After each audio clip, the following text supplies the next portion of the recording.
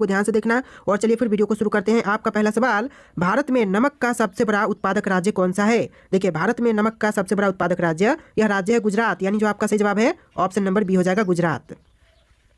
देखिए आपका अगला सवाल है, भारत में सबसे कम वर्षा कहाँ होती है? देखिए भारत में सबसे कम वर्षा यह होती है लेह में, यानी जो आपका सही जवाब है ऑप्शन नंबर सी हो जाएगा लेह। आपका अगला सवाल, महात्मा गांधी जी की हत्या कब की गई थी? महात्मा गांधी जी की हत्या यह हुआ था 1948 में। ऑप्शन नंबर बी आपका बिल्कुल सही जवाब हो जाएगा 1948। चलिए आपका अगला सवाल है क्वेश्चन नंबर 4, भारत का प्रथम नागरिक किसे कहा जाता है? भारत का जो प्रथम नागरिक कहते हैं यह कहते हैं राष्ट्रपति को। आपका जो सही जवाब है ऑप्शन नंबर ए हो जाएगा राष्ट्रपति। सारे के सारे क्वेश्चन बहुत ज़्यादा इंपॉर्टेंट है, आप लोग वीडियो को ध्यान से देखिएगा। अगला सवाल है, भारत में सबसे बड़ा पशु मेला कहाँ लगता है? देखिए भारत का सबसे बड़ा पशु मेला यह लगता है सोनपुर में, यानी बिहार के सोनपुर में। ऑप्शन नंबर ए आपका बिल्कुल सही जवाब हो जाएगा। चलिए आपका अगला सवाल है, काजू का सबसे बड़ा उत्पादक देश कौन सा है? काजू का सबसे बड़ा उत्पादक देश यह देश है भारत देश। ऑप्शन नंबर बी आपका बिल्कुल सही जवाब हो जाएगा भारत देश। चलिए आपका अगला सवाल हो जाएगा, लगातार 2 बार भारत के राष्ट्रपति कौन बने हैं? आपके ऑप्शन है जाकिर हुसैन, बीवी गिरी, राजेंद्र प्रसाद और सर्वपल्ली राधाकृष्णन। और आपका सही जवाब ऑप्शन नंबर सी हो जाएगा डॉक्टर राजेंद्र प्रसाद, जो कि लगातार 2 बार भारत के राष्ट्रपति बने हैं, यानी जो ऑप्शन नंबर सी है आपका बिल्कुल सही जवाब हो जाएगा। चलिए आपका अगला सवाल है, भारत में अंग्रेजी शिक्षा की शुरुआत किसने की थी? भारत देश में अंग्रेजी शिक्षा की शुरुआत करने वाले मैकाले हैं, यानी जो आपका सही जवाब है ऑप्शन का ए हो जाएगा मैकाले। चलिए आपका अगला सवाल है, भगवान बुद्ध को ज्ञान की प्राप्ति कहाँ हुई थी? देखिए भगवान बुद्ध को ज्ञान की प्राप्ति हुआ था बोध गया में। आपका जो सही जवाब है ऑप्शन नंबर सी हो जाएगा बोध गया। चलिए आपका अगला सवाल, राज्यसभा के सदस्यों का कार्यकाल कितना होता है? देखिए राज्यसभा के सदस्यों का कार्यकाल लगभग 6 वर्ष का होता है, लगभग नहीं बल्कि होते ही हैं 6 वर्ष। आपका बिल्कुल सही जवाब हो जाएगा। चलिए आपका अगला सवाल है, फतेहपुर सिकरी को किसने बनवाया था, यानी कि निर्माण किसने करवाया? तो बनवाने वाले ये हो जाएंगे अकबर। ऑप्शन नंबर बी आपका बिल्कुल सही जवाब हो जाएगा अकबर, जिन्होंने फतेहपुर सिकरी का निर्माण करवाया था। चलिए आपका अगला सवाल है, भारत में सबसे ज़्यादा कौन सी भाषा बोली जाती है? पता है तो फटाफट कमेंट कीजिए आप लोग, इसका आंसर हम जानेंगे। फिलहाल कमेंट कीजिए भाषा कौन सी है जो कि भारत में सबसे अधिक बोली जाती है। ऑप्शन में है हिंदी, अंग्रेजी, तमिल और बांग्ला। देखिए चारों ऑप्शन में से आपका जो आंसर है ऑप्शन नंबर ए हो जाएगा हिंदी। जी हाँ दोस्तों, भारत में सबसे अधिक बोले जाने वाली भाषा यह हिंदी भाषा हो जाएगा। चलिए आपका अगला सवाल है, 1969 में कितने बैंकों का राष्ट्रीयकरण हुआ था? देखिए 1969 में बैंकों का राष्ट्रीयकरण किया गया था, बट उनमें कितने बैंकों का हुआ था? तो यह क्वेश्चन आपसे पूछ रहा है। तो देखिए आपका आंसर जो है ऑप्शन नंबर बी हो जाएगा 14 बैंकों का जो राष्ट्रीयकरण है 1969 में किया गया था। ऑप्शन नंबर बी आपका बिल्कुल सही जवाब हो जाएगा। चलिए आपका अगला सवाल है, भारत का सबसे स्वच्छ शहर कौन सा है? देखिए भारत देश का सबसे स्वच्छ शहर यह शहर है इंदौर शहर, यानी जो आपका सही जवाब है ऑप्शन नंबर सी हो जाएगा इंदौर। चलिए आपका अगला सवाल है, स्वामी विवेकानंद जी का मूल नाम क्या था? स्वामी विवेकानंद जी का मूल नाम यह था नरेंद्र नाथ दत्त, यानी जो आपका सही जवाब है ऑप्शन नंबर डी हो जाएगा नरेंद्र नाथ दत्त। चलिए आपका अगला सवाल, मानव में कुल कितने प्रकार के दांत होते हैं? देखिए मानव में जो दांतों की प्रकार होते हैं वह कितने प्रकार होते हैं? तो आपका आंसर जो है ऑप्शन नंबर सी रहेगा, 4 प्रकार के दांत होते हैं मानव में, यानी आपका जो सही जवाब है ऑप्शन नंबर सी हो जाएगा। चलिए आपका अगला सवाल है, गुप्त समाज की स्थापना किसने किया था? गुप्त समाज के स्थापक यह हो जाएंगे ऑप्शन नंबर डी चंद्रगुप्त, यानी जो ऑप्शन का डी है बिल्कुल सही जवाब हो जाएगा चंद्रगुप्त। चलिए बढ़ते हैं अपने अगले सवाल, क्वेश्चन नंबर 18, इनकलाब जिंदाबाद का नारा किसने दिया था? देखिए इनकलाब जिंदाबाद का नारा देने वाले यह भगत सिंह थे। ऑप्शन का बी है जो बिल्कुल सही जवाब हो जाएगा भगत सिंह।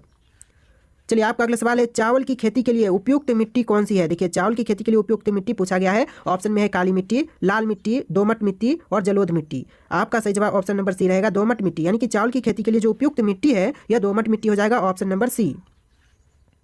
चलिए आपका अगला सवाल, भारत की प्रथम महिला शासिका कौन थी? भारत देश की प्रथम महिला शासिका कौन थी? मुमताज बेगम, नूरजहां, रजिया सुल्तान, रानी लक्ष्मीबाई। आपका सही आंसर ऑप्शन नंबर सी हो जाएगा रजिया सुल्तान, यानी कि भारत की प्रथम महिला शासिका यह रजिया सुल्तान थी। ऑप्शन का सी आपका बिल्कुल सही जवाब हो जाएगा।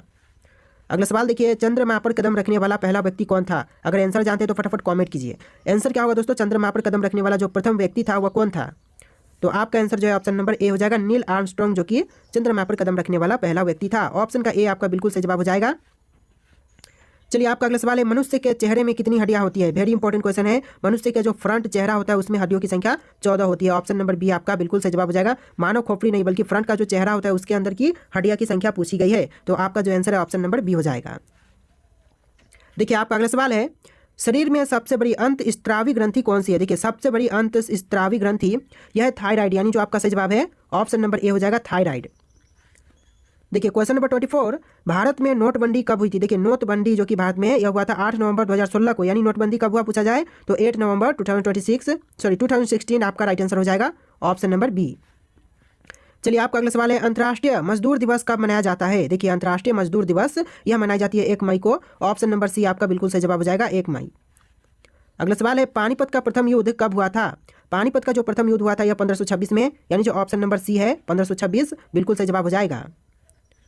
चलिए आपका अगला सवाल क्वेश्चन नंबर 27, भारत का राष्ट्रीय गान पहली बार कहाँ पर गाया गया था? आपके ऑप्शन में है मुंबई, कोलकाता, लखनऊ, नई दिल्ली।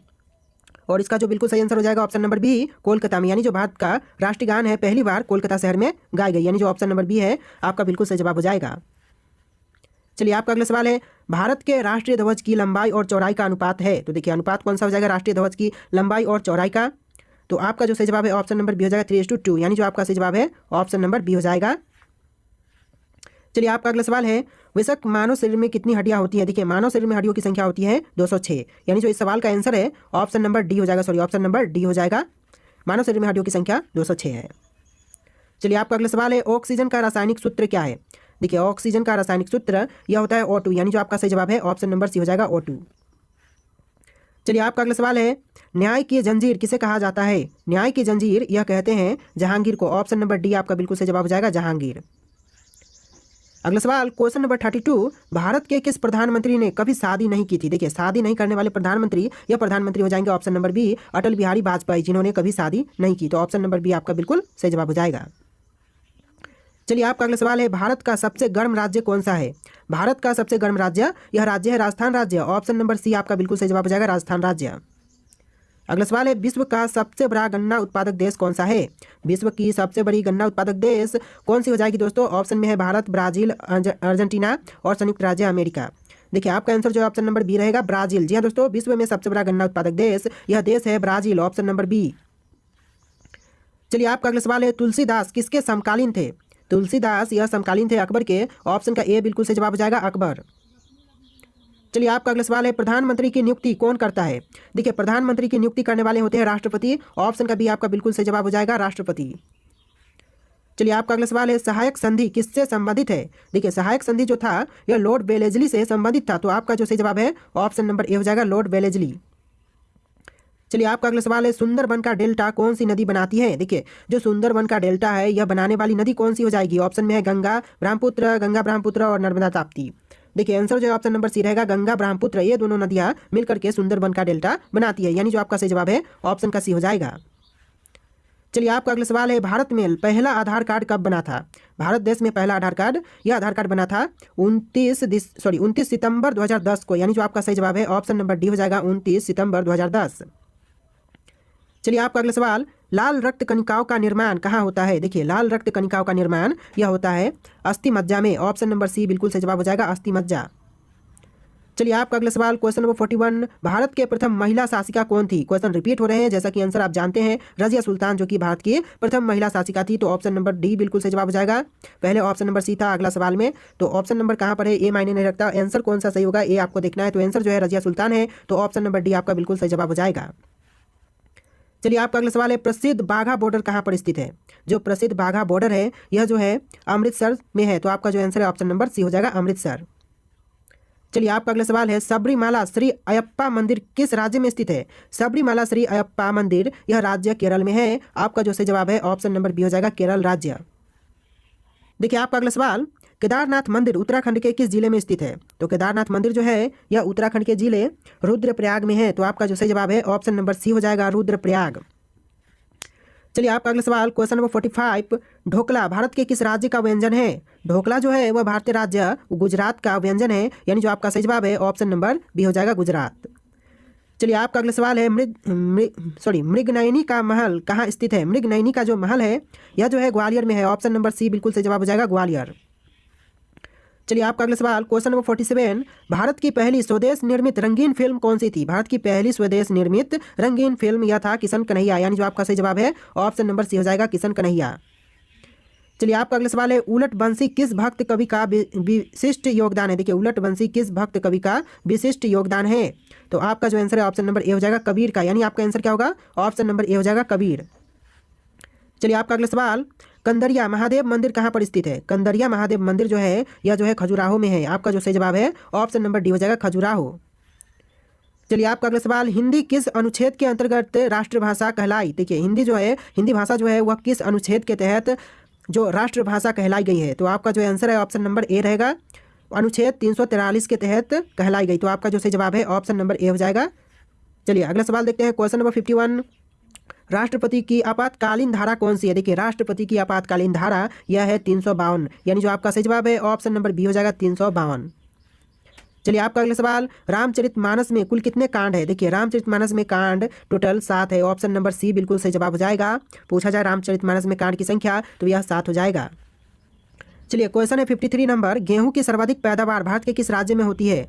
गेहूं का सबसे अधिक पैदावार जो भारत के राज्य में होता है वह राज्य है उत्तर प्रदेश राज्य, यानी जो ऑप्शन नंबर सी है आपका बिल्कुल सही जवाब हो जाएगा। दोस्तों वीडियो को लाइक करके चैनल को भी सब्सक्राइब कीजिएगा। चलिए आपका अगला सवाल, अंधेर नगरी चौपट राजा नाटक किसने लिखा था? अंधेर नगरी चौपट राजा नाटक के रचयिता यह हो जाएंगे option number D, Bharatendu Harishchandra, यानी जो आंसर है ऑप्शन का डी हो जाएगा, भारतेंदु हरिश्चंद्र। चलिए आपका अगला सवाल है क्वेश्चन नंबर 55, ग्राम प्रधान बनने हेतु न्यूनतम आयु सीमा कितनी है?